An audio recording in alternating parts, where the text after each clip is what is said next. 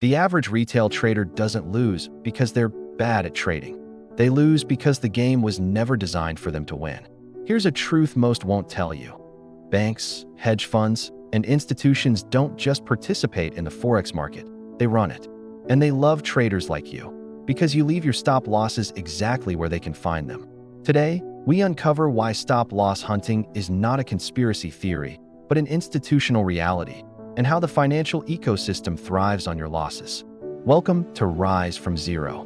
Thank you to all new subscribers, returning subscribers, and first-time viewers. You are the heartbeat of this channel. Stay with me until the end, because I promise, you'll walk away with a truth about Forex you've never heard explained this way before. Forex isn't a friendly playground. It's the largest financial market in the world, moving more than $7.5 trillion every single day. But here's the catch: 95% of retail traders lose. Why? Because the market isn't structured for fairness. It's structured for liquidity. Liquidity is money. And retail stop losses? They're one of the richest liquidity pools on the planet. That's why this video matters. If you've ever placed a stop loss, only to see price tap it by a single pip before reversing in your favor, you've already experienced what we're about to break down: institutional stop-loss hunting. At Rise from Zero, we don't sell illusions. We expose truths. And the truth about stop-loss hunting is bigger than you think. So let's dive deep into the system that feeds on retail traders. First, let's talk about the hidden role of liquidity. The Forex market isn't moved by chance. It's moved by design. Liquidity is the fuel institutions need to execute large orders without causing chaos. Where do they find that liquidity? Not in random areas, not in thin markets, but in the clusters of stop losses retail traders leave behind. Think of it like this. Every time you place a stop, you mark your liquidity donation to the market. Let me give you an example. In March 2020, when COVID panic hit, liquidity dried up. Banks searched for stop-loss clusters to fill massive orders. Prices spiked violently, not because of news, but because of liquidity engineering. Here's a mini summary. Liquidity isn't just a market factor. It's the bloodline of institutional trading. Thank you to everyone still watching. New subscribers, you are changing the future of this channel. Returning subscribers, you're the reason we keep telling these truths. Now, let's look at how banks move the market. Banks don't chase random trades. They engineer price movement. They need both buyers and sellers to execute orders. But when markets are one-sided, they create movement to trap liquidity. Let's take a case study, the London Open. Every day, liquidity hunts happen within the first few hours of London trading. Spikes above or below overnight ranges aren't accidents. They're liquidity grabs. This is why you often see a fake breakout, followed by a reversal. The banks hunted stops, collected liquidity, and then moved prices in the intended direction. Mini summary: markets don't randomly spike. They move with institutional intention. So why do retail traders lose? The sad truth: most retail education is designed for you to fail. You're taught to place stops at obvious levels: swing highs, swing lows, round numbers. Guess what? Institutions know this. That's exactly where they'll go first. Here's a historical truth. In 2015, when the Swiss National Bank removed the euro peg, billions were wiped out. Who paid the price? Retail traders with obvious stops. Institutions used the liquidity to reposition. Mini summary: stop-loss hunting isn't evil. It's survival for institutions. But for retail traders, it's destruction. Let's talk about the psychology of stop-loss hunting. Banks don't just exploit technicals.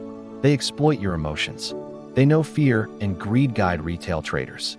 They know once price hits your stop, you'll panic, exit, or even reverse your position. This isn't new. Go back to the 1920s. Jesse Livermore, one of the greatest traders in history, described how big operators targeted the public's stops long before Forex even existed. Fast forward to today, and nothing has changed. Only the scale is bigger. Mini summary: stop-loss hunting is as much psychological warfare as it is financial strategy. Now, let's look at modern stop-loss hunts in action. Let's use a real modern example. In 2022, during the Fed's interest rate hikes, euro to US dollar repeatedly spiked before major news. Traders called it manipulation. Institutions called it liquidity collection. Stops above prior highs. Cleared. Stops below obvious lows. Cleared. Then, once liquidity was secured, the real directional move began. The key: stop hunts are not random. They are systematic. Mini summary: if you've ever been stopped out before the real move, you've witnessed institutional liquidity engineering firsthand. So how do institutions think about your stop loss? To a bank trader, your stop isn't protection. It's an opportunity. They see clusters of liquidity at obvious levels, predictable patterns taught in retail courses, and weak hands that panic at the slightest stop out. Your stop loss is their entry ticket. This is why institutions wait. They don't chase. They let retail place stops, then trigger them for liquidity. Mini summary: to survive, you must stop trading like prey. What can traders learn from this? You cannot beat institutions at their own game, but you can align with their logic. Here are some practical lessons. Avoid placing stops at obvious swing points. Study liquidity zones, not just support and resistance. Understand market sessions. Asia accumulates, London hunts, New York moves. Here's a historical truth. Traders who adapt to institutional logic, like the Wyckoff method traders of the early 1900s, survive far longer than those who stick to retail patterns. Mini summary: survival comes from thinking like a predator, not prey. Now, let's zoom out and look at the financial market ecosystem. The Forex market is an ecosystem.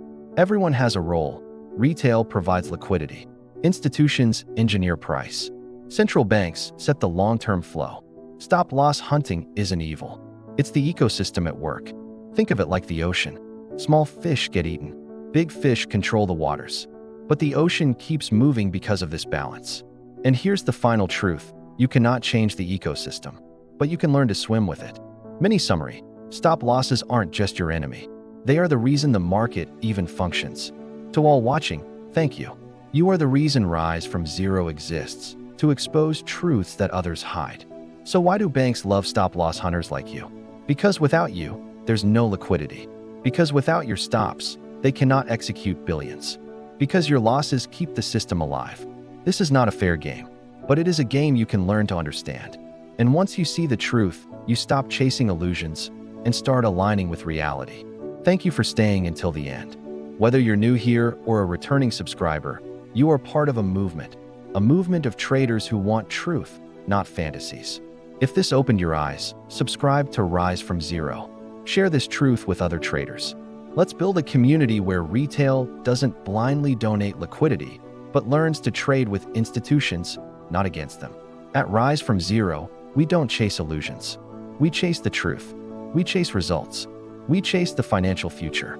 Because the next generation of traders belongs to those who rise from nothing and understand the real truth of the markets.